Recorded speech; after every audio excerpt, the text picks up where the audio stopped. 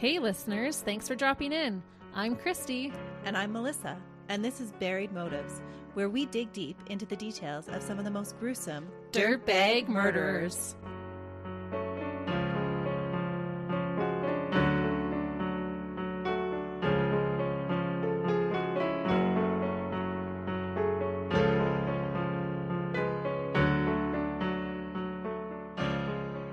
Hey listeners, Welcome back to Buried Motives. we're glad you're joining us for another week, or if this is your first time, thanks for checking us out. Yes, welcome. Some of you may be new listeners who have found us through our giveaway that we just had. So if that is you, we're super excited that you've chose to check us out. And if you didn't see who won, go check out our Facebook page. We were super happy to be able to gift that to someone. So we had a winner on our Facebook, and Christy has a winner in our case today.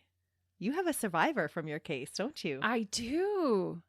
She's only told me a little bit about it, but I'm excited. It's not very often that we get to tell a survivor story. This is true, and that's one of the reasons why I've been itching to do this case for a long time. So I am super excited to tell you this case. It's been one of those cases that I've never been able to get out of my head since the first time I learned about it many years ago. You know how you just have those ones that just really stick with you? Mm-hmm. At first, I wasn't going to cover this case because there isn't a lot known about this dirtbag's childhood.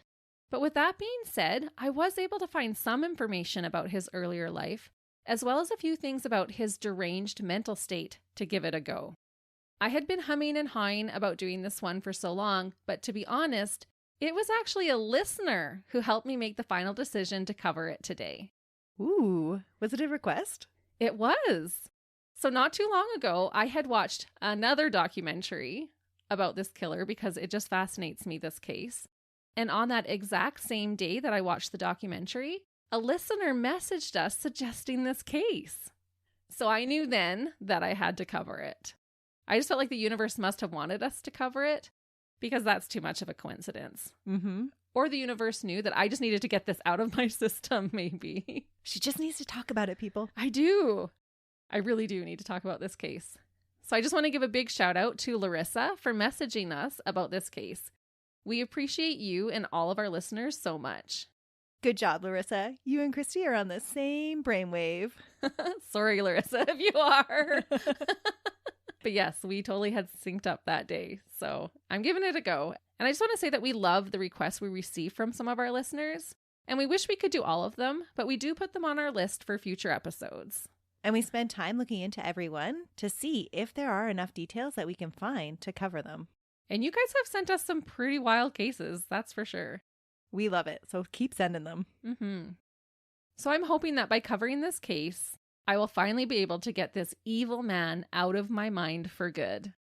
One of the other reasons that I think I've always been so drawn to this case is because it does have one of the most remarkable survivor stories I've ever heard. I just can't even believe that this woman survived what this vile dirtbag did to her.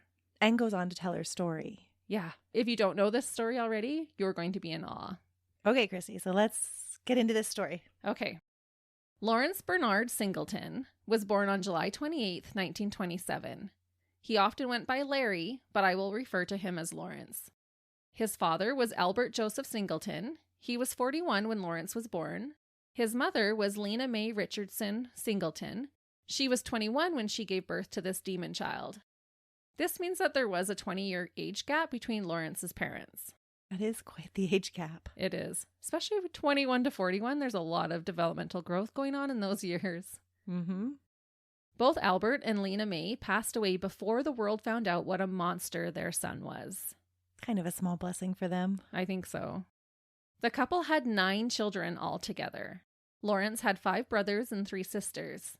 They raised their children in Tampa, Hillsborough County, Florida. I'm guessing that Lawrence experienced a humble beginning being born in the 20s with such a large family. Oh, I could totally see that. Mm-hmm.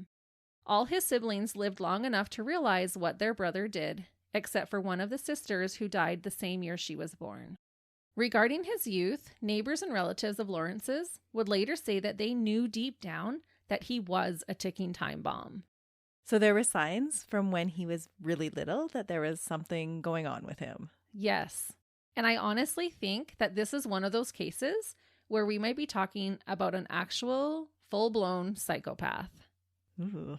They are always the most interesting cases to me, that we don't have that nurture element in there that contributes to their deranged way of thinking and the awful things they do to other human beings. Exactly. And he is so beyond evil, and there's just no other reasons pointing towards why he would be behaving the way that he does. Because usually when we're digging deep, we find, childhood trauma or head injuries or just all these other signs that lead up. And there's none of that in Lawrence's records. Lawrence was married twice and was divorced both times. It just amazes me that he had even convinced a woman to marry him once. Let alone two. Yes. And all I know is that he had at least one daughter. So was he charming then? I don't think so. Was he the manipulative psychopath? No, I don't get that from him, no. Okay. And evidently, this daughter of his was the same age as the surviving victim that we will be talking about. And this fact has always been so disturbing to me, how you can do such horrific things to a girl the same age as your own daughter. And not make that connection? Yeah, have no empathy for her. I just feel like it takes a special type of cold blood to do that. Mm-hmm. Which would go back to, this is just in him. Yeah. Just pure evil. Yes. Reportedly, Lawrence and his daughter would often fight, and she refused to take any disciplinary action that he tried to impose on her. Maybe she knew deep down her dad was a dirtbag too. She sounds feisty. Mm-hmm. Lawrence had a charge of contributing to delinquency of a minor on his record. I assume it is, but I am unsure if this was regarding his own daughter. This means that he helped or persuaded a minor to do something delinquent. It could be something even like supplying them with alcohol. Okay. But that was kind of the only previous charge that I could find that he had. And you don't even know if it was his daughter or somebody else. Right. Okay. But he likes to interact with younger people, sounds like. Yes, which just makes him even that much more gross. Yeah. As an adult, Lawrence served as a PFC, which is a private first class soldier for the U.S. Army. He fought in Korea in the Second World War and earned a living as a master U.S. merchant marine, so like a seaman. It's interesting how many times that military career shows up in the dirtbags that we talk about. It really does. Well, a lot of them have that fascination of power. Mm-hmm. He was also known for his excessive drinking, his wicked temper, and his extreme hatred towards women. Oh, it does make you wonder what his relationship was with his mom. Yeah, I do talk about this a little bit near the end, but his siblings don't report any kind of abuse or abnormal upbringing for the time. Okay, and you'd think that because he got two wives, he didn't have any trouble attracting women either. He wasn't getting made fun of and left behind, having a whole bunch of pent-up sexual urges that weren't met. Right. Or being turned down by women and feeling resentful towards them. Yeah. So we're going to jump forward to the fall of 1978 when Lawrence was 51 years old. As we have discussed before, 51 is an unusual age for a person to begin murdering people. We'll talk about it as well near the end, but many believe that what I'm about to share with you is not Lawrence's first attack. In fact, many believe it's far from it. Because of the viciousness of it, I tend to agree. What he did does not seem like a first-time attack. 51's just too old to start. Yeah, I think he's responsible for a lot of attacks and even murders. Because what I'm about to tell you is pretty vicious, so be warned. But I just don't feel like that's your first time when you're doing things like this. It seems more practiced. Mm-hmm. His first recorded victim was 15-year-old Mary Vincent.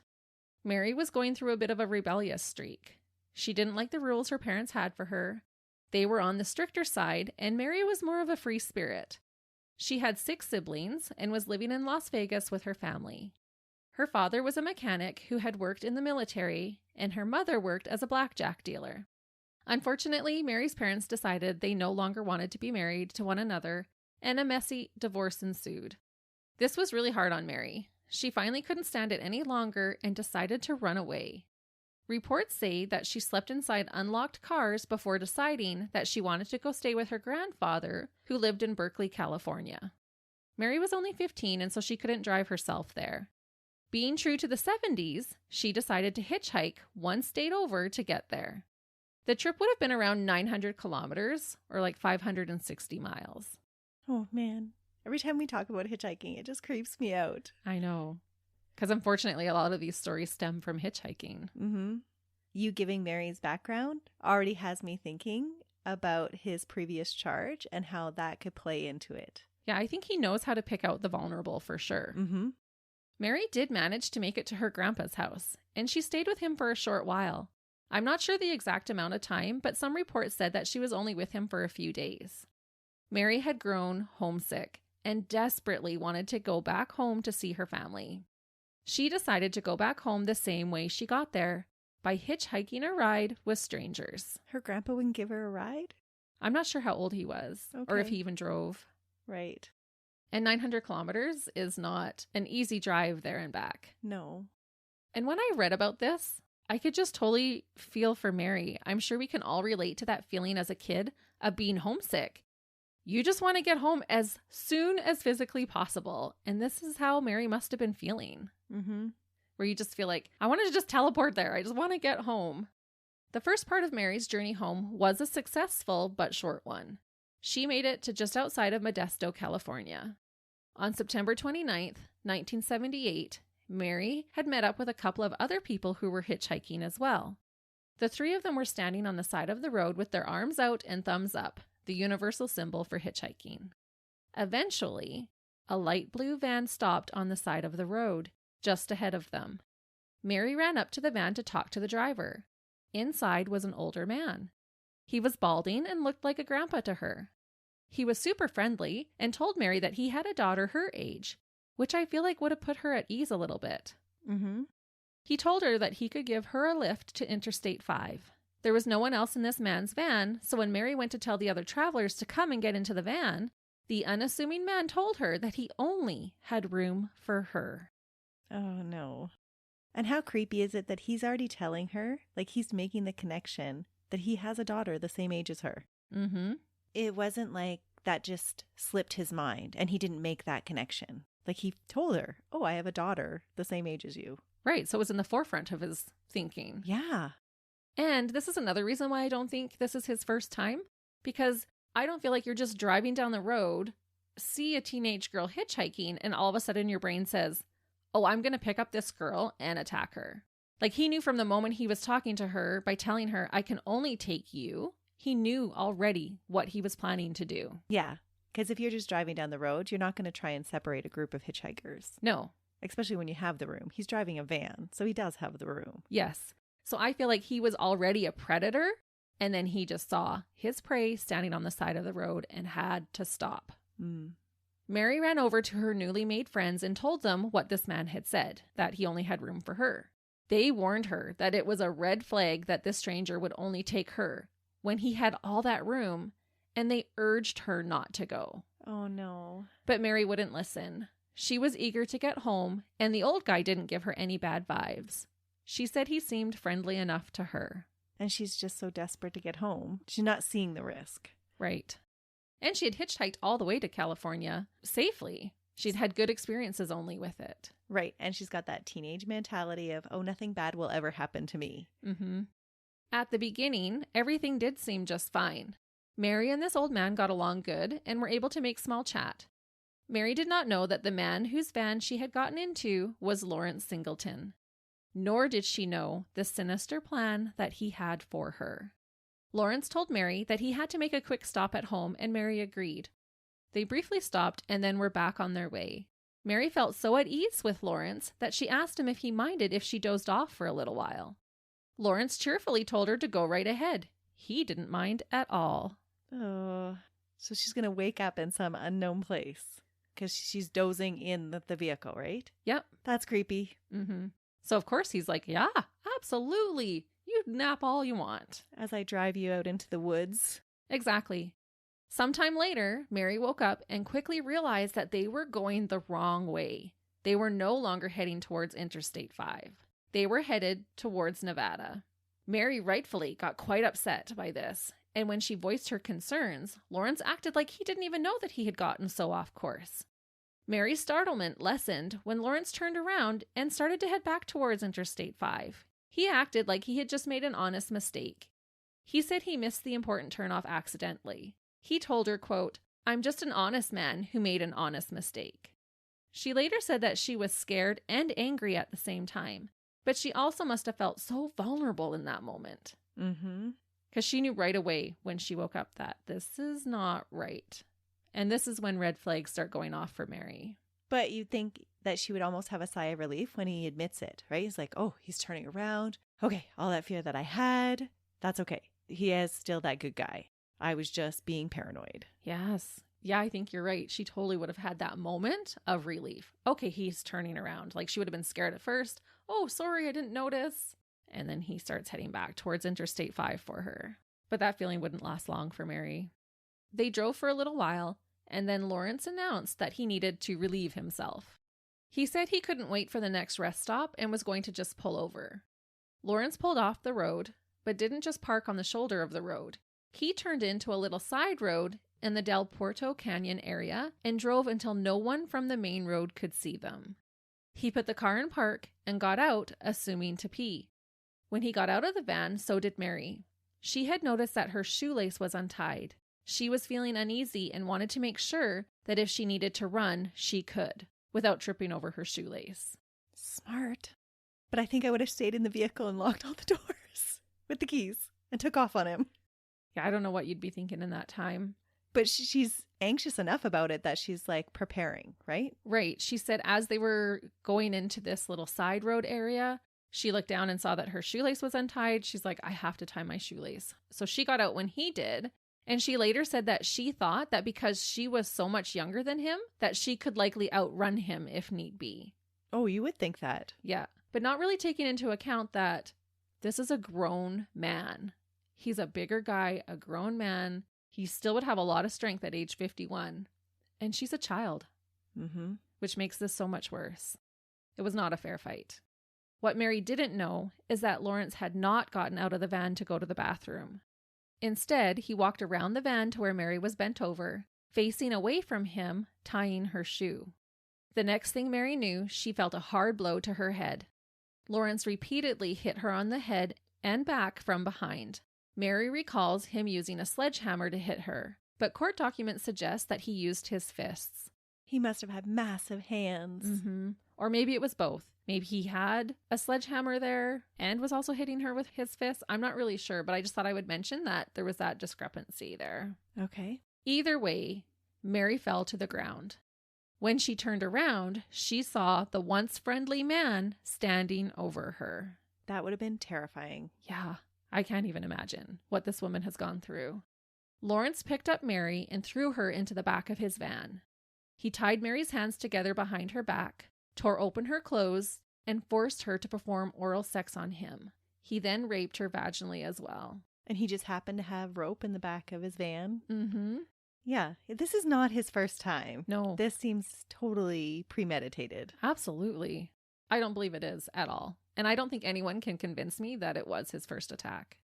Lawrence decided to drive further ahead, deeper into the canyon, to a more secluded area, where he continued his torture for the rest of the night. He forced her to drink alcohol that he had in a plastic jug and spent the entire night forcing her to perform oral sex on him, raping her and sodomizing her over and over again. And not just once or twice, but multiple times. That is so horrible. At one point, Lawrence got tired and had a nap in the front seat.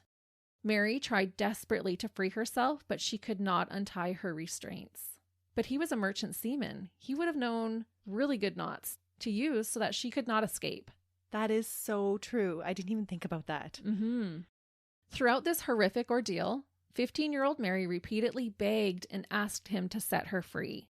I watched a documentary of her telling this account, and she said, I just kept saying, please set me free, please set me free. He kept telling her that she was going to be his good little girl, as if she was one of his kids. It's a really sick thing to say.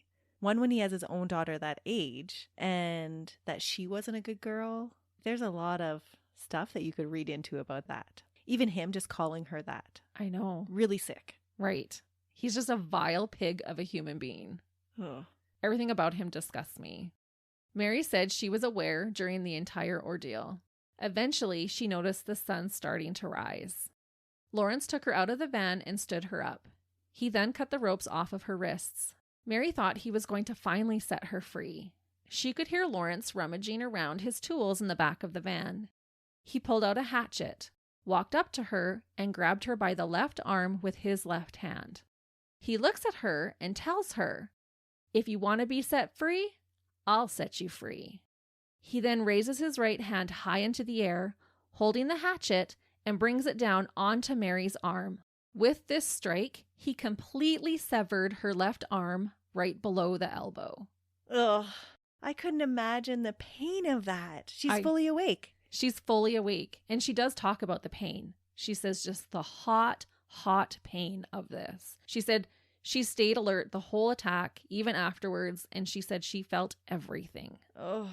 And this too speaks to his strength in one blow to sever her arm. That is true. Mm-hmm. And his hatchet would have had to been super sharp. Razor sharp, which again means he was prepared. Yeah. When this happened, Mary stumbled back a little, but Lawrence grabbed her by the right arm as she was falling back. He's going to do both arms? Yes. Mary said that at first she was confused. When Lawrence had grabbed her by the left arm, she instinctively grabbed onto his arm as well with her left hand and gripped him tightly. She couldn't understand why she was falling backwards if she was holding onto her attacker. Her brain didn't process it right away. That she was missing her left hand. Yeah, she thought she was still holding on to him. So when he swung down on her arm and she started to fall back, her brain was confused. She's like, why am I falling if I'm hanging on to him? Because she could still feel like she was hanging on to him. Ugh. Now, with Lawrence holding on to her right arm, Mary tried to fight him off. She was kicking, screaming. She wanted someone to hear her, trying to get away, but he was just too strong. And he's drug her out into the middle of nowhere. Yes. And he's, again, like I said, a full-grown man attacking a child. Lawrence proceeded to chop at Mary's right forearm. Because she was fighting, it would take him multiple chops to cut this arm from her body as well. Oh, I can't even imagine. As Mary fell backward to the ground, bleeding profusely from her arms, she looked up at Lawrence and saw him frantically flailing his left arm about. When he had chopped off her left arm, her hand had tightened around his arm and hadn't let go. She was still holding on to him. She was. Her severed arm was still dangling from his arm. He had to loosen her hand's grip to fling it off from him. Christy, that is like right out of a horror show. It is. I literally have no words for how incredibly traumatic this experience would have been for Mary. She's laying on the ground, no arms, bleeding profusely, and she sees this man flicking his arm around, trying to get her arm off of him. That is wild. You can see why this has never left my brain. Yeah, now it's not going to leave mine. Thanks. Sorry, listeners. But you can see why I need to talk about this case. I just can't even believe that this happened to her. That is so unreal. And as a child, as a grown woman my age, this would be so hard to go through. But at 15, after being raped for like a whole day through the whole entire night, so viciously and disgustingly, I can't even imagine. What a dirtbag. Mm-hmm. About this part of the attack, Mary later said, quote, "He took my left arm and took one swing, and I started to fall. And then he took another swing, and I grabbed his arm, grabbed it real tight, and I couldn't figure out holding him real tight on his left arm, but I'm still falling." Her brain just couldn't compute it. No. Lawrence wasn't done with Mary. What? And she must have known it. She decided to go limp and act like she was dead. He grabbed her and drug her 50 yards, or like 150 feet, from the van to the side of an embankment. There was a railing to guard people from falling off the road to the bottom. Lawrence picked up Mary and threw her over the railing to land 30 feet below onto a rocky area. Although she had broken some of her ribs, Mary knew not to make a sound and to just lifelessly lie there. I don't know how you wouldn't make a sound. I don't know either. Lawrence carefully walked down to the bottom of the embankment and picked up Mary's body. He shoved her into a drainage culvert that was under the road, which is like a large tunnel to allow water to pass beneath the road, so no one would see her body. As he did this, he said to Mary, quote, "Okay, now you're free." What a dirtbag. And how did he know that that culvert was there? Yeah, because that was 150 feet away. Yeah. And like, it wasn't like this was the spot he planned to go to because she had woken up and told him to turn around. Yeah, I don't know. Huh. Well, it might have been because it's kind of in a canyon area. So he might have just drug her till he found a spot where he could throw her. Maybe. And then noticed it and thought, oh, I'm going to hide her body so no one finds her. Just convenient for him, I guess. Yeah. Lawrence walked away, but Mary had no way of knowing if he had actually left or not. She decided to lay there for a while just in case. She was afraid that if she got up too soon, he might see her and finish the job. So she just laid there bleeding, in pain. She's now broken some bones from being thrown off of the cliff. I don't know how you would remain still through that. I Like, don't was she either. going in and out of consciousness? No, she said she stayed awake the whole time. My goodness. That is like a miracle in and of itself. It is. After a while, Mary started to feel weak from the blood loss and knew that if she didn't get out of that culvert, she would die. She said she heard a voice to get up, that she needed to survive, so he couldn't do this to anyone else. Mary somehow mustered the strength and crawled out of the tunnel. She dug her arms into the mud to pack the fresh wounds. Oh. I cannot even fathom the pain that would have caused. She then raised her arms high above her head to slow down the bleeding and to prevent muscle and tissue from falling out of the wounds, and she crawled, without hands, up the steep 30 feet embankment towards the road. I can't even imagine her doing that. No. So she's only got elbows left and she's literally crawling her way up the embankment. Yeah. Oh. And she wouldn't even be able to use her elbows. Like, that would have been so painful. But she packed them in the mud, put them way over her head, and climbed up there. And it did take her a while because by the time she had reached the top of the cliff, night was falling. Yeah, it was morning when he first chopped off her arms, and now it was night. So it's been at least like 12 hours. Yes. Once Mary made it to the road, a car did appear driving towards her. It was a red convertible with 2 men inside.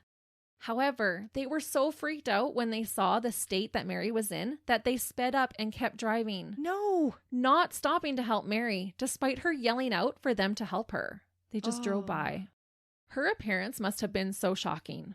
She was a teenage child, walking along the road, completely naked, with both of her arms chopped off at the elbows and raised high in the air, completely covered from head to toe in blood and dirt. Mary later said that she looked like something out of a Fright Night movie. But at that moment, when that car drove past her, she felt like she was going to die. I don't know how you wouldn't have just given up then. Mm-hmm. After that huge struggle to get away from him and to play dead and then to try and make it up the culvert and back to the roadway and then to have the first car you see go by. Yeah, and it seemed like that car came pretty quickly. Mm-hmm. So she would have felt this rush of, I'm saved! Someone's here! They're going to help me! This is over. And then to see them drive away in the night and leave you standing in this wooded area all alone in the dark. That would have been awful. Mm-hmm. I can't believe that she lived through this. No, me either. And that thought of, I need to live through this so it doesn't happen again to somebody else. Yeah. Oh, that is chilling. It is. And it speaks to her character. Mm-hmm. Miraculously, Mary managed to walk 3 miles in the dark before encountering another car. This time it was a young couple, and thankfully they decided to stop and help Mary. The couple were on their honeymoon, and they later said that they had gotten lost, and that's why they were on that particular road. Oh, doesn't that seem like intervention? I just put in there, I think that was divine intervention. I think that voice that she heard telling her to get up and this couple getting lost, I think there was a higher power in that helping her. The first thing Mary said to them was, "He raped me." The couple wrapped her arms in towels, set her in their back seat, and rushed her to get help. Mary was taken by helicopter to the hospital and was immediately rushed into surgery. She had lost half of her body's blood, and the other half of her blood had become toxic. She would spend an entire month in the hospital recovering from her injuries. Her wounds would have been a cesspool. Oh, yeah. There would have been so much infection. But had she not packed them in mud, I don't know that she would have survived. Mm-hmm. Once in recovery, Mary was able to give police an extremely detailed description of her attacker. With her help, they were able to make a fairly accurate composite sketch of Lawrence Singleton. The sketch was sent out through the media, and thankfully, a man recognized the monster in the picture. The monster was his neighbor, Lawrence Singleton. His neighbor recognized him. Yes. Now that the police had a name to match the picture, they arrested Lawrence 10 days after the attack and charged him with rape, sodomy, oral copulation, kidnapping, mayhem, and attempted murder in the first degree.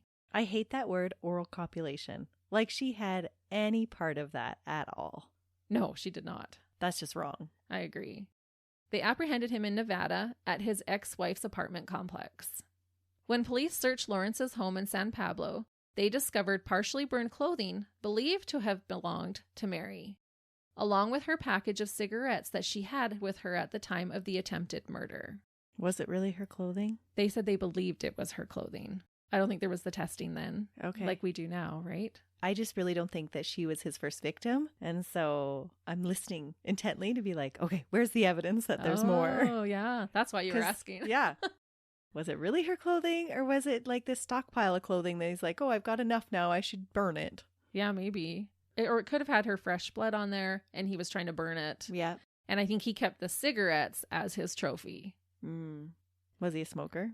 I don't know if he was. He was an alcoholic. He was an avid drinker. He had cleaned his van and had even replaced the carpet that was in the back. So they didn't find any evidence in his van. So he knows what he's doing. He does. That's why I just don't believe this is the first time. A few days after leaving Mary for dead, Lawrence had attempted suicide by overdosing on sleeping pills. Oh, that changes things though. Did it for you when you heard that he tried to commit suicide? I don't know. He makes multiple attempts that we're going to find out. Oh, okay. So he's feeling some remorse then? I don't know. I just hate this man so much. I have a hard time believing that he feels remorse at all. Does he know he's a monster and that he has to be stopped? I don't know. Does he ever give a reason why he tried to commit suicide? Well, actually, there is a note on one of them, and he maybe gives a little bit of an explanation that we'll cover when we get there. Okay. 5 months after her attack, during the trial, Mary had to face the man who had savagely dismembered her. That is so wrong for the court to make them do that. Yeah, just wait, it's going to get worse.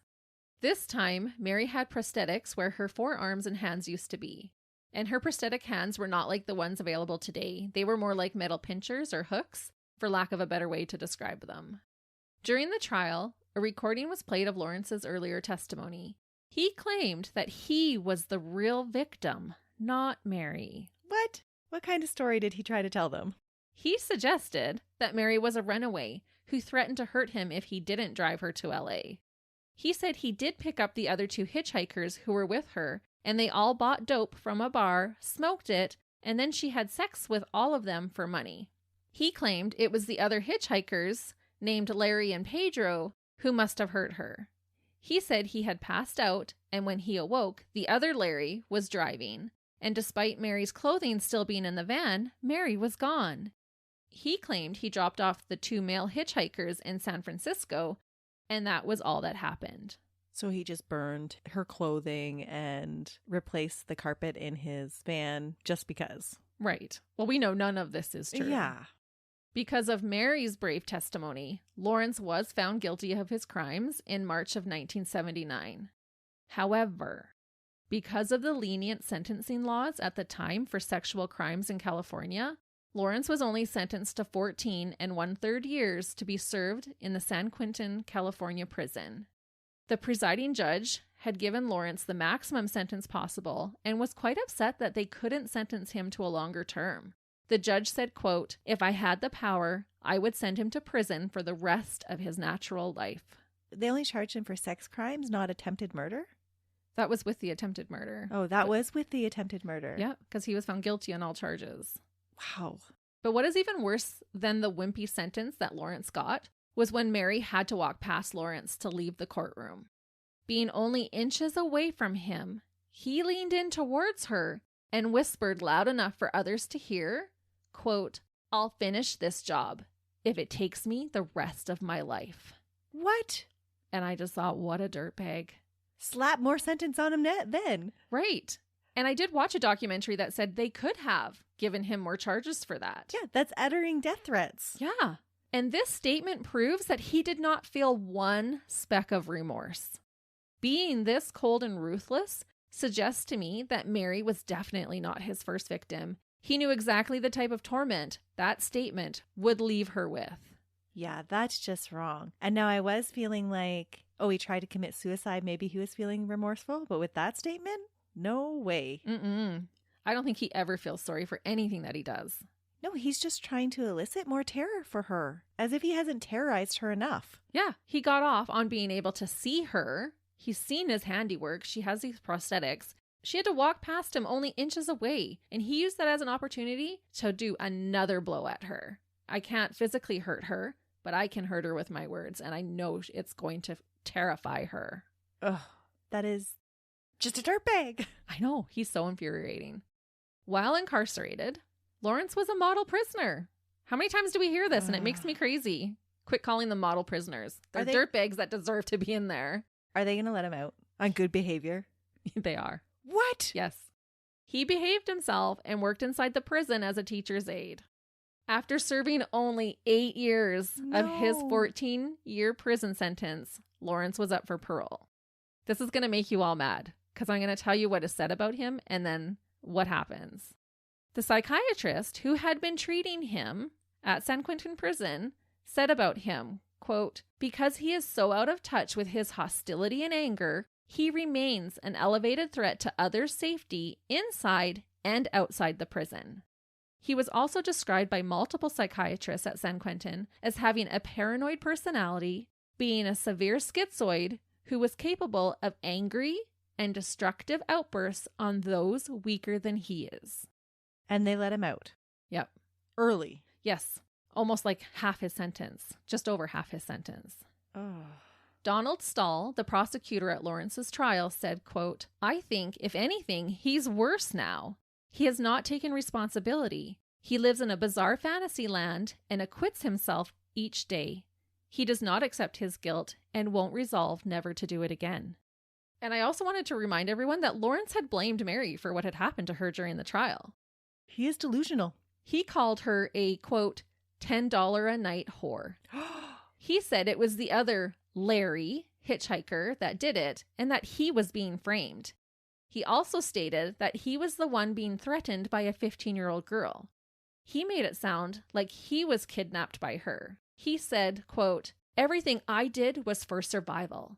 He continued to try and defend himself by saying, "Sailors are never hostile to prostitutes." Oh, what a creep. So at the parole hearing, all of this is being said. All of this is being brought up. All the psychological reports. Yes. Okay. Saying he is a threat. He is not remorseful. He will do it again. A rational parole panel would listen to these statements and maybe question letting a man who viciously raped and mutilated a child free on the streets.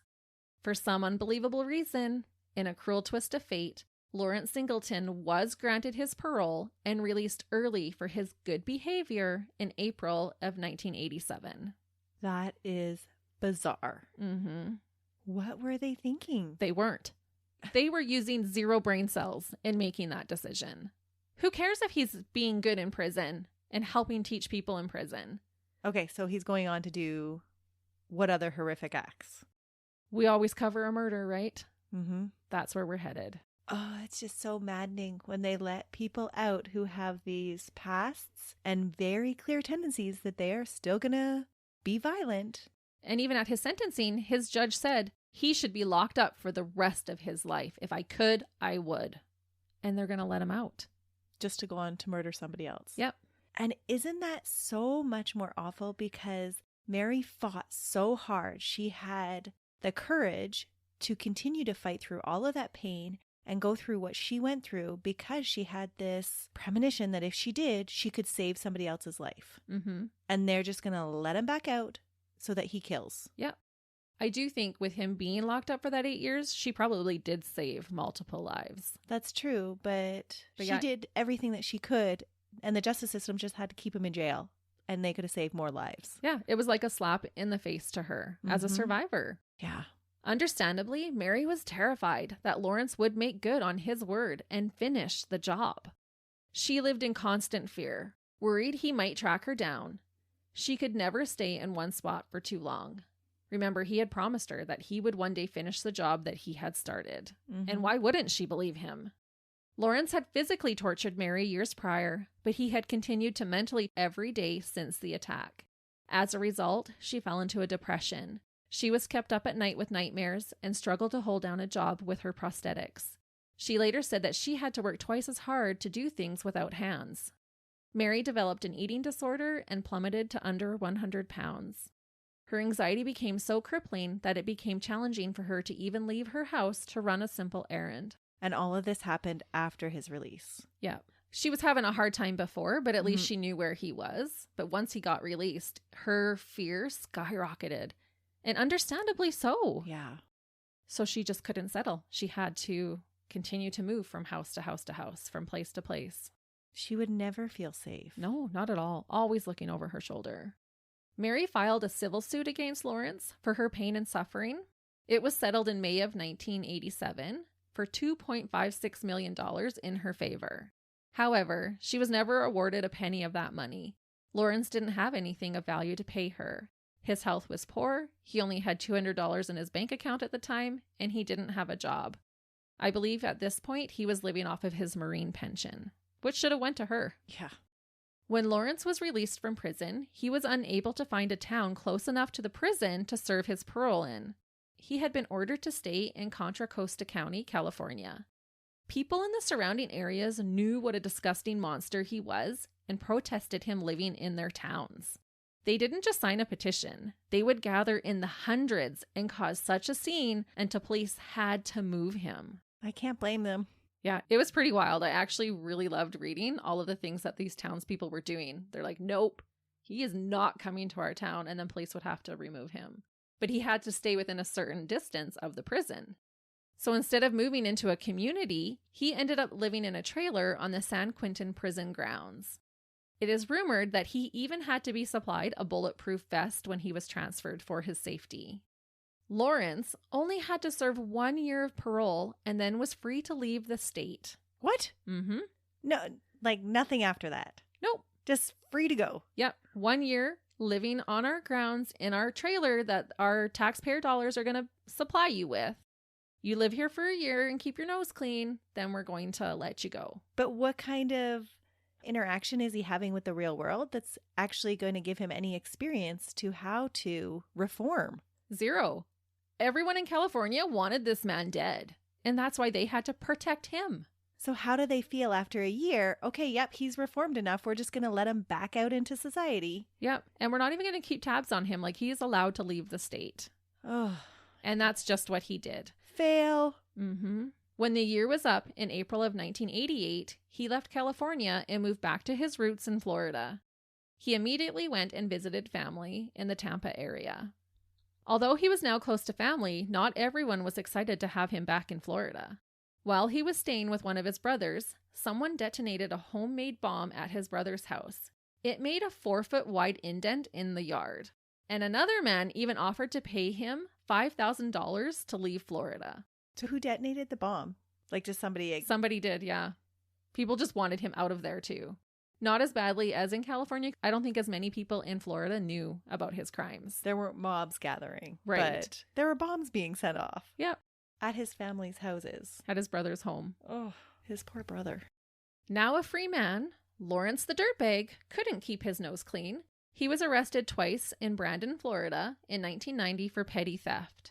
In April, he was arrested and pled no contest for stealing a $10 camera from a drugstore. I'm already jumping to, what's he need a camera for, Christy? Ooh. He's got no friends to take pictures of. He got caught anyways. Well, he's living with his family now, though. Suspicious. Mm-hmm. I just can't even imagine being his family. Like, how could you let him around your kids? I don't know. But I think, too, remember, he's family. And so if you grew up with him, there's lots of family members that can't break that connection of, this was my little brother, you know, he was cute. I used to take care of him. Mm-hmm. I can still take care of him. Yeah, trying to help him. Yeah.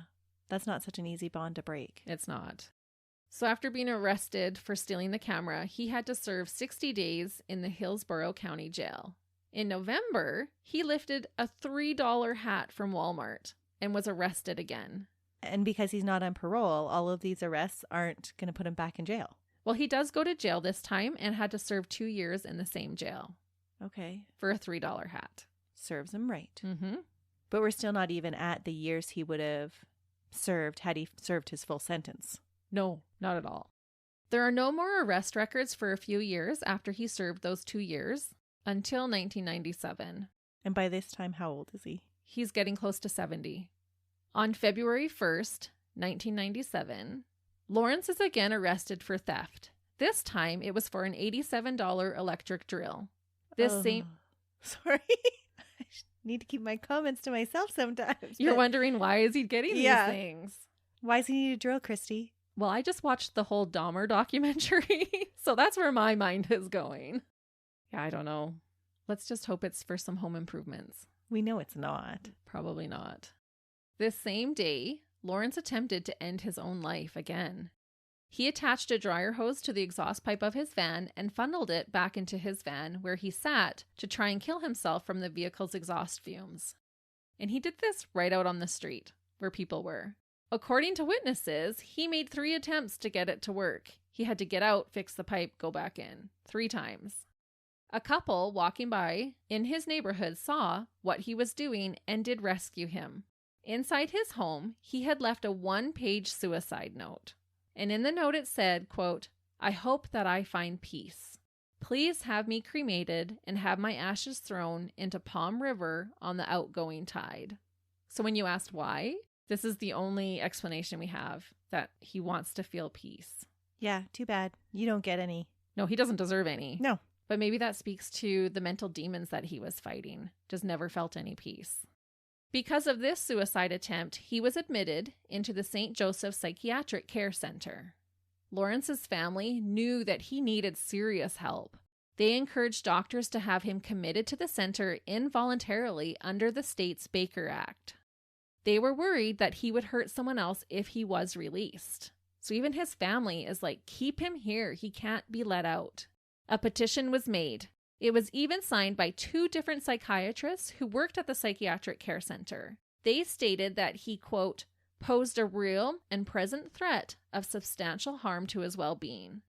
A court hearing to decide if Lawrence would have to stay at the center was scheduled for less than 2 weeks later on February 13th.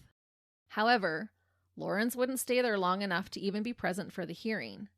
He lawfully signed himself out of the facility on February 10th. The center didn't yet have a court order in place to hold him, and somehow the Baker Act hearing was canceled altogether. That is so crazy. This error in the system would turn out to be a fatal one. Lawrence would proceed to murder a woman just 9 days after walking out of the psychiatric care center's doors. That is so sad and so preventable. Yeah, that's the thing. Lawrence's family were devastated by his actions. They spoke to the press anonymously and expressed how they were counting on the doctors holding Lawrence according to the Baker Act. They said they were told by the psychiatrist that he was indeed psychotic. The administrator of the facility declined to comment on the situation. We see this in cases, and it's so frustrating. Why are criminals being professionally deemed a danger to themselves and to others, and then being released into the general public? Yeah, why did he ever have the right to sign himself out? Yeah. And why even bother having the psychiatrist say that he's dangerous and psychotic if you're not even going to listen to them and just let him go? There's just so much paperwork that gets lost and shuffled, and people fall through the cracks. It's so sad. We need to do better as a society. Sadly, this murder I'm going to tell you about could have been prevented had he not been allowed to walk out the facility doors. Lawrence was registered in Florida as a felon, but he was not on probation and he was not being monitored by local authorities. On February 19th, 1997, just a few months shy of his 70th birthday, Lawrence would viciously murder a 31-year-old woman named Roxanne Hayes. On that day in Tampa, Florida, police received a 911 call from a frantic man. The caller was a house painter who happened to see a grisly scene unfold inside the home where he had been hired to paint. This man said that he could see a naked man who was covered in blood stabbing a naked woman over and over again. He said the woman was laying motionless on a couch and that he could hear bones crunching with each stab. Oh. She was not fighting back. Again, he has that strength. To break a bone with a stab? Even at 70. Yeah, at 70. He's technically 69, but only a couple of months away from turning 70. Ugh.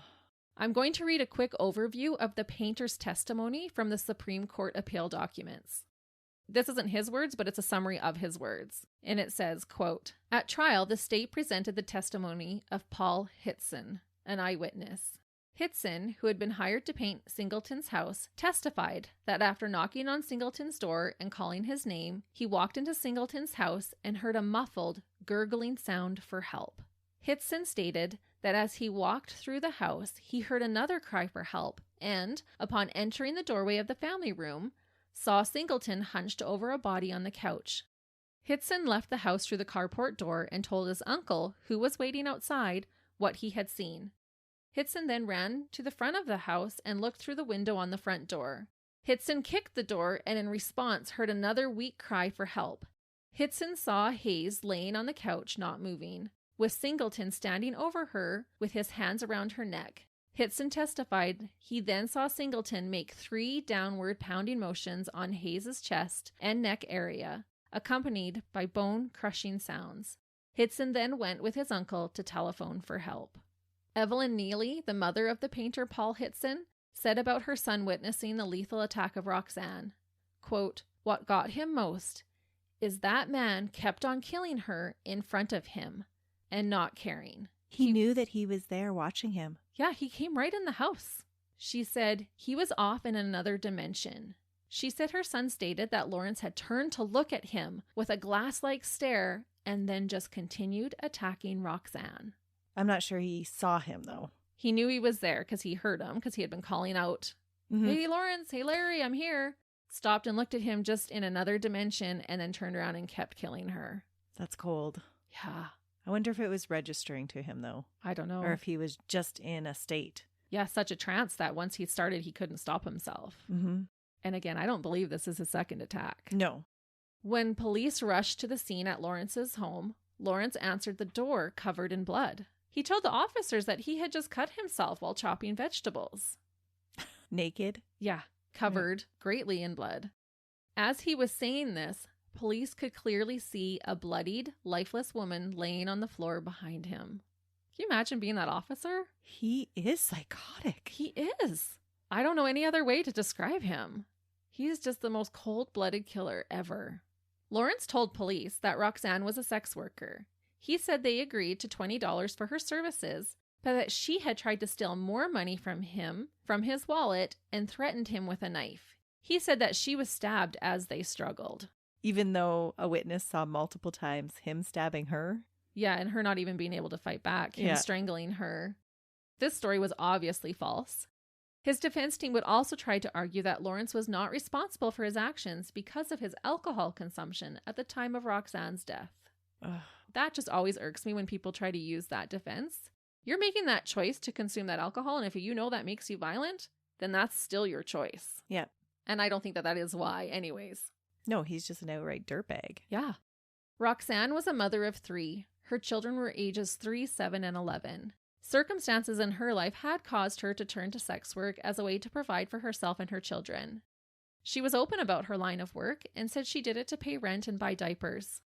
A local sex worker at the time said about what happened to Roxanne, quote, "You don't think a 70-year-old man is going to stab you to death."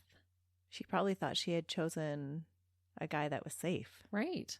And I wanted to add in here as well that when Mary complained about Lawrence's release, she was told that he was too old to be a threat.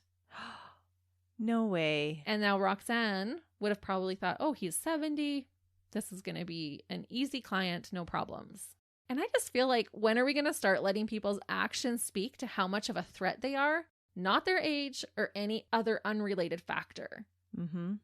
I don't care how good you were behaving in prison. Never underestimate a dirtbag. Yeah. Roxanne was found with 6 stab wounds to her upper body and 1 to her face. The fatal wound had penetrated the right ventricle of her heart, causing her to bleed out.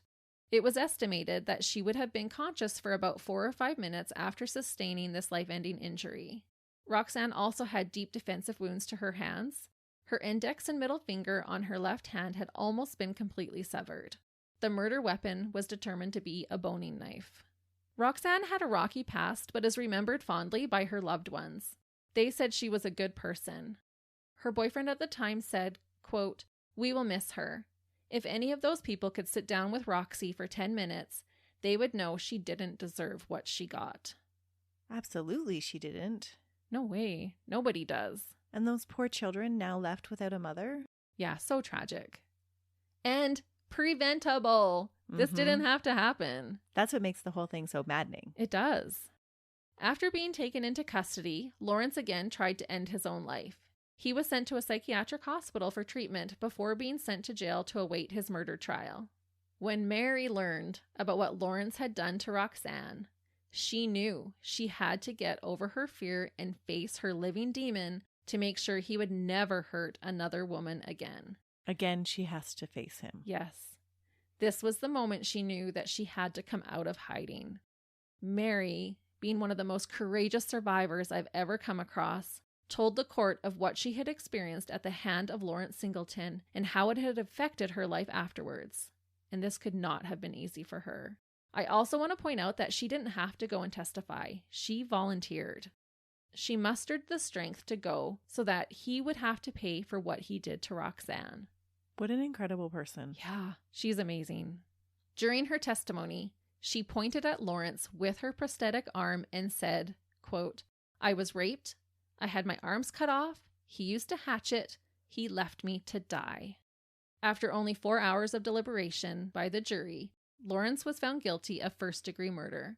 The jury recommended the penalty of death by a vote of 10-2. The court happily agreed, and Lawrence was given a death sentence. The judge giving him his sentence, Judge Anderson, said that Lawrence did not seem to even care about his sentence.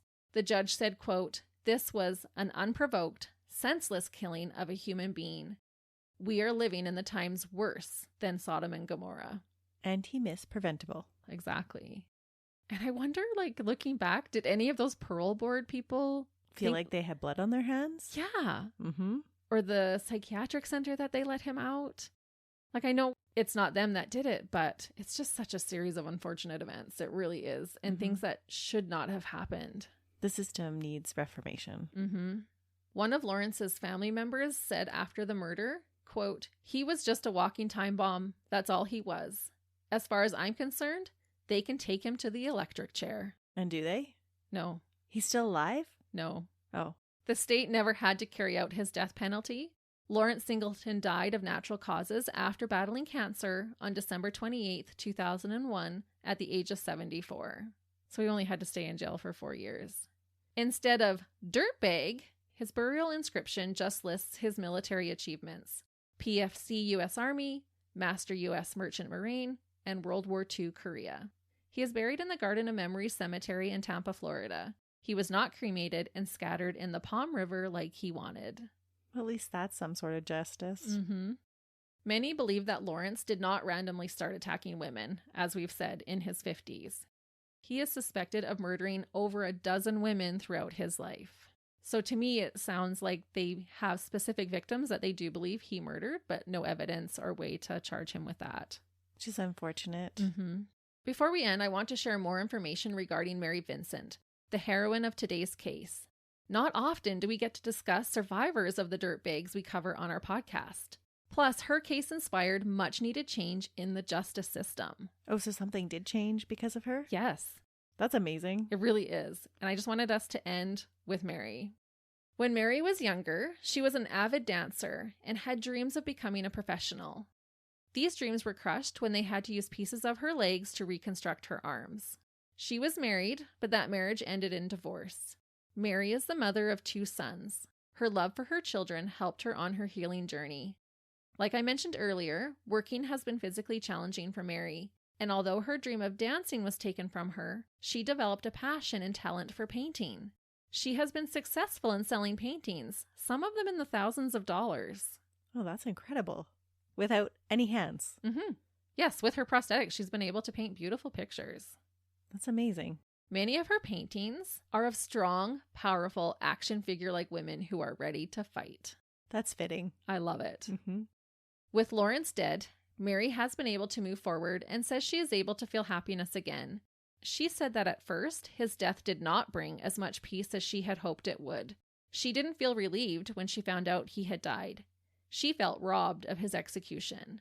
But she did say that the look of relief on her sons' faces was all she needed to be okay with it. About her situation, she says, quote, "Most people know me because of who I am, not just what happened to me. They just assume I was born this way." And this made me happy to hear that she is not viewed as a victim, but as her amazing self. She says that it is God and her sons that keep her going. One good thing to come from Mary's horrific experience is that after Lawrence was paroled from his plethora of crimes against her, a bill was passed named the Singleton Bill that states that a crime that involves torture will now carry a 25 to life sentence. This bill also prevents early release of prisoners who have committed crimes of torture.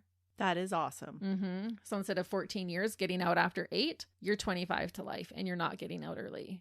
Which is right. Yeah, that is how it should be. This change in law is a start, but the system still fails many of those affected by sexual assault. As of 2021, a statistic released by RAIN, which stands for Rape, Abuse, and Incest National Network, states that out of every 1,000 sexual assaults in the United States, only 230 are reported to police, and only 25 of those will serve time for their crimes. That's really sad. 25 out of every 1,000. People who commit sexual violence are the least likely of convicted criminals to serve prison sentences. And aren't they the least likely to be reformed? And to put this into perspective at how outrageous these statistics are, every 68 seconds, a person in America is sexually assaulted.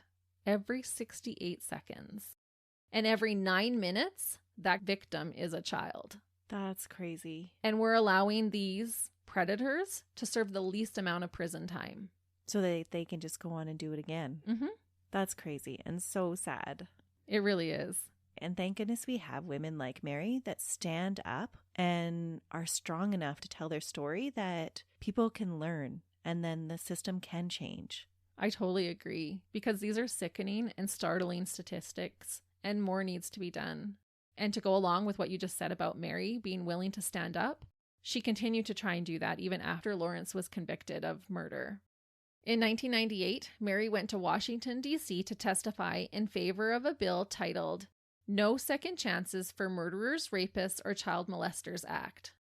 She shared her story with the Congress at the time. She said, quote, "I have now obtained the long overdue psychological counseling to help me get over my nightmares and fear.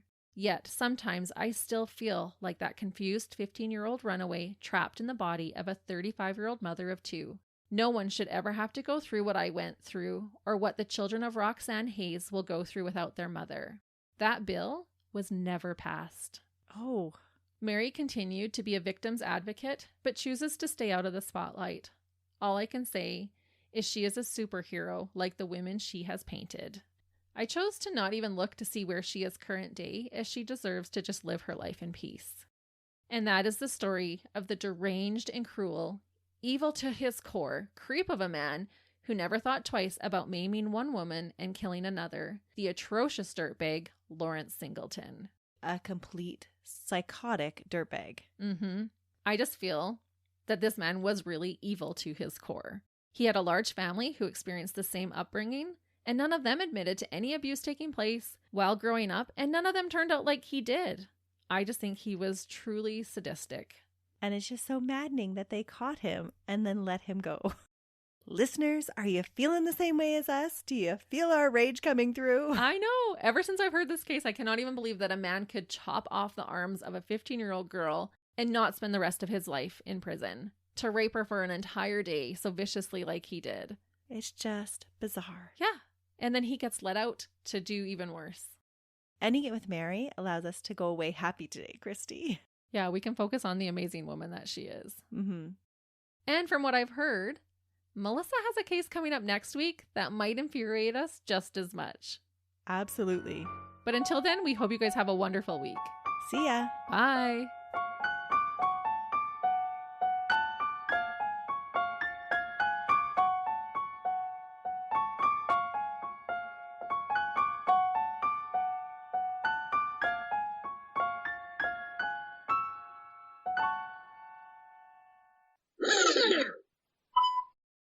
I'll take away your blanket if you don't.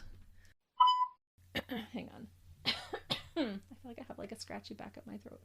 I don't know, that sounded weird. I'm trying to... You have a scratchy back up your throat. I have a scratchy at the back of my throat. Oh, okay. That makes more sense. Kind of. Kind of. I called it a scratchy instead of a tickle. Well, then I gotta turn off my heat because Yeah, you're falling asleep. I know. I was gonna be like, throw that blanket on the floor, girl. Okay, no more blankets for me. Chrissy's she's really testing me today. I know. I fed her lunch and gave her a warm blankie. She's ready to fall asleep. You're like a toddler.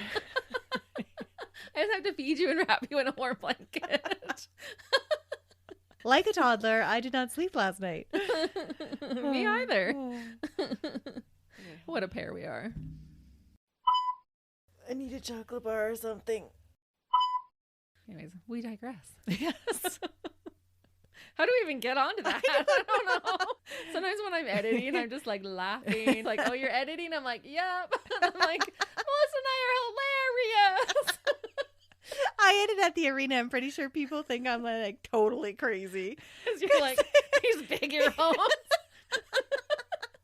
And sometimes like I try to laugh to myself, but sometimes it's just so funny. And then they're like, oh, what are you laughing? And there's nothing on my screen, but like they're expecting a video when they look on my screen, but it's not. It's all these little waves. Yeah. They're like, she's crazy. She like laughs at nothing all by herself. Does that make sense? Social media feeds. Oh my goodness. Why do I second guess? I should just talk.